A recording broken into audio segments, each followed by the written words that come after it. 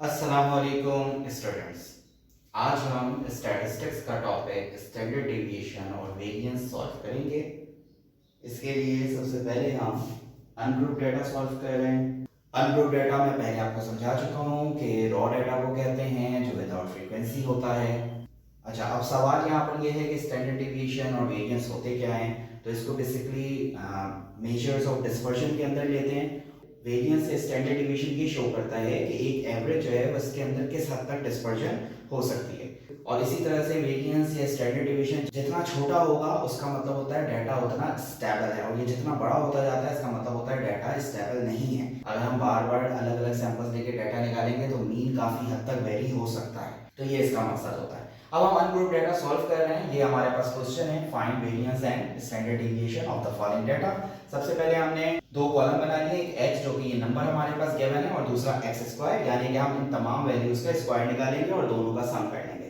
अच्छा, यहाँ पर जिस फॉर्मूले से मैं स्टैंडर्ड डेविएशन और वेरिएंस सॉल्व कर रहा हूँ वो बहुत ही सिंपलेस्ट फॉर्मूला है, इसीलिए मैं इसको फॉलो कर रहा हूँ। इसके अलावा और भी फॉर्मूले होते हैं, तो अगर आपने स्टैंडर्ड डेविएशन या वेरिएंस किसी और फॉर्मूले से पढ़ा हुआ है तो वो भी बिल्कुल ठीक है, उसमें कोई मसला नहीं है। अगर आपने जिस फॉर्मूले से स्टैंडर्ड डेविएशन और वेरिएंस पढ़ा हुआ है आप उसी फॉर्मूले से सॉल्व करना चाहते हैं और आप ये चाहते हैं कि मैं आपको उसी के मुताबिक एक एग्जांपल करवा दूं, तो आप मुझे कमेंट सेक्शन में बता दें, मैं इंशाल्लाह ताला उसके हिसाब से भी आपको क्वेश्चन सॉल्व करके दिखा दूंगा। तो चले आइए क्वेश्चन सॉल्व करते हैं। हम सबसे पहले इनके स्क्वायर्स निकाल लेते हैं। 0 का स्क्वायर 0, 2 का स्क्वायर 4, 9, 25 और 49, ये हमने सारे स्क्वायर्स निकाल लिए हैं। अब हम दोनों को ऐड कर लेंगे, x को भी और x स्क्वायर को भी। ये हमने x का और x स्क्वायर का टोटल ले लिया है। अब हम फॉर्मूला में पुट करते हैं। ये हमने वेरिएंस का फॉर्मूला लिख लिया है जो कि इक्वल है sum of x square divided by n minus sum of x का होल स्क्वायर। यानी यहां पर हम क्या कह रहे हैं कि सम ऑफ x स्क्वायर हम ले लेंगे 87, n नंबर ऑफ वैल्यूज हैं जो कि 5 है,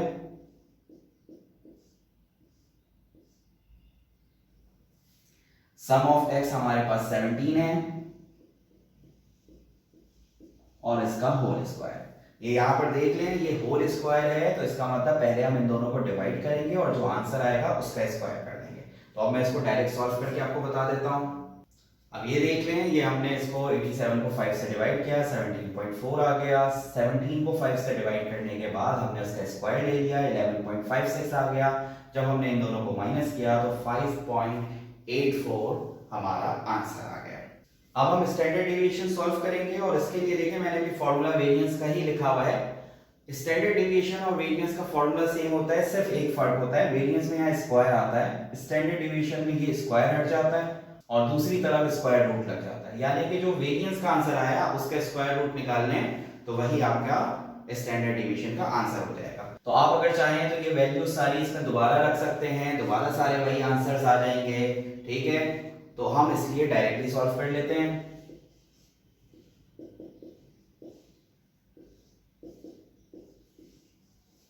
हम 5.84 का रूट निकाल लेंगे। हमने 5.84 का रूट निकाल लिया है जो कि 2.42 आ गया, ये हो गया हमारा आंसर। अच्छा, अगर बिलफर्ज आपसे क्वेश्चन में सिर्फ स्टैंडर्ड डेविएशन पूछा जाता है तो उसका हरगिज़ मकसद ये नहीं है कि आप पहले वेरिएंस निकालेंगे और उसकी वैल्यू यहाँ पुट करेंगे। नहीं, अगर आपसे सिर्फ स्टैंडर्ड डेविएशन पूछा जाता है तो आप डायरेक्टली इसको सॉल्व कर लेंगे। यहाँ पर वैल्यूज जैसे हमने वेरिएंस में रखी थी वो सारी पुट करके उसको सॉल्व कर लेंगे। अब हम इसका प्रूफ डेटा सॉल्व कर रहे हैं। ये हमने क्वेश्चन ले लिया है, क्लास इंटरवल्स हैं यहाँ पर जो 6 से 10 तक है पहला, फिर 11 से 15 एंड सो ऑन। और इसी तरह से फ्रीक्वेंसी भी हमारे पास मौजूद है, तो हम इसको सबसे पहले इसका टेबल बनाते हैं।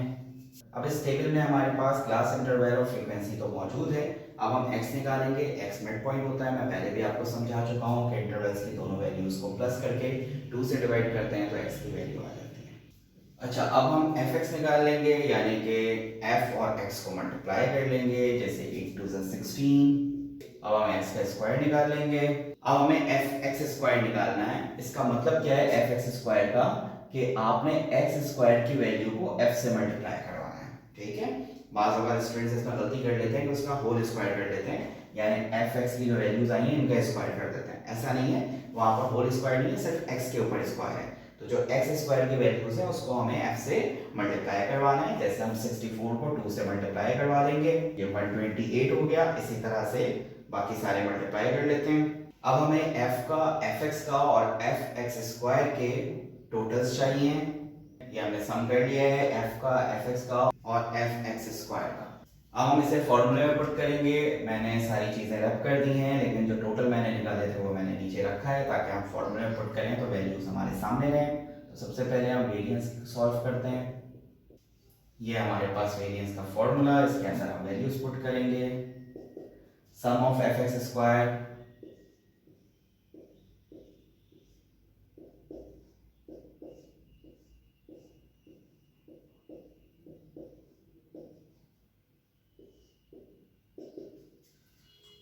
अब इसे हम सॉल्व कर लेते हैं।